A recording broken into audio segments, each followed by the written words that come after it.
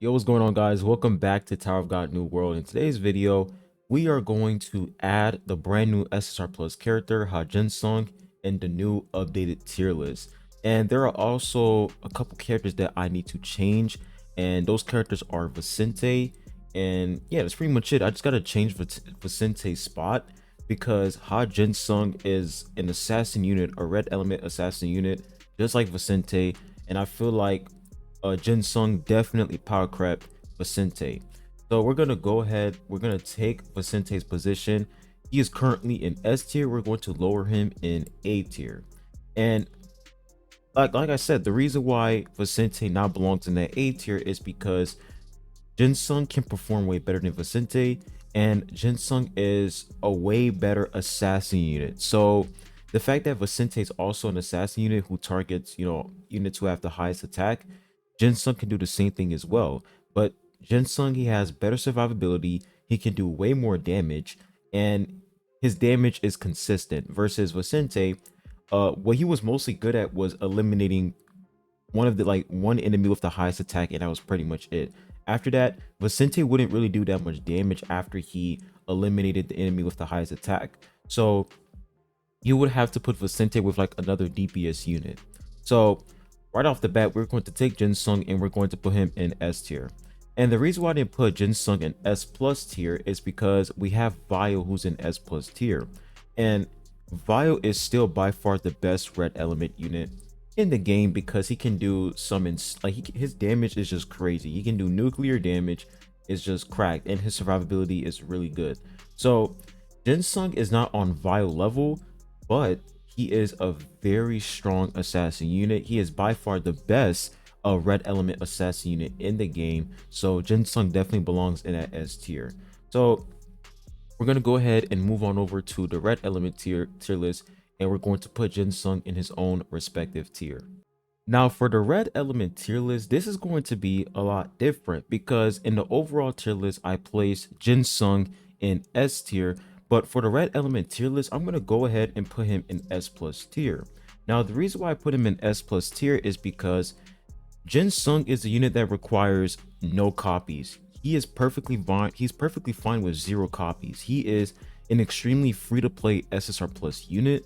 So I'm not saying that he's on the same exact level as Vile, but a Jinsung that requires no copies versus a Vile who requires some copies, I think that is definitely good. So overall, he does belong in that S plus tier in the red element tier list. But in the overall tier list, I feel like in the overall tier list, Jinsung, he is competing with like other assassin units. So he is in that S tier for the overall. But for the red element tier list, he is definitely S plus tier because you actually need him as a red element unit in red element team comp.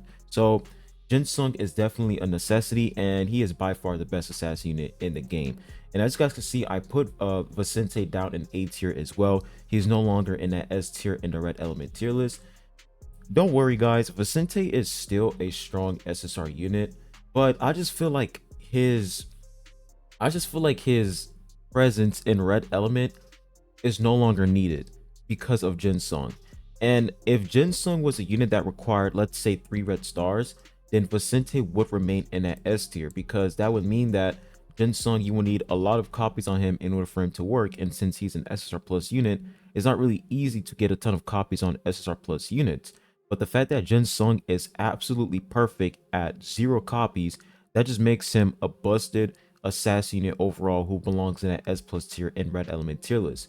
And Vicente's placement just goes down to A tier because if you have Jinsung, you're not going to use Vicente. Vicente, he's just going to be your backup. You just want to use Vicente if you just feel like it.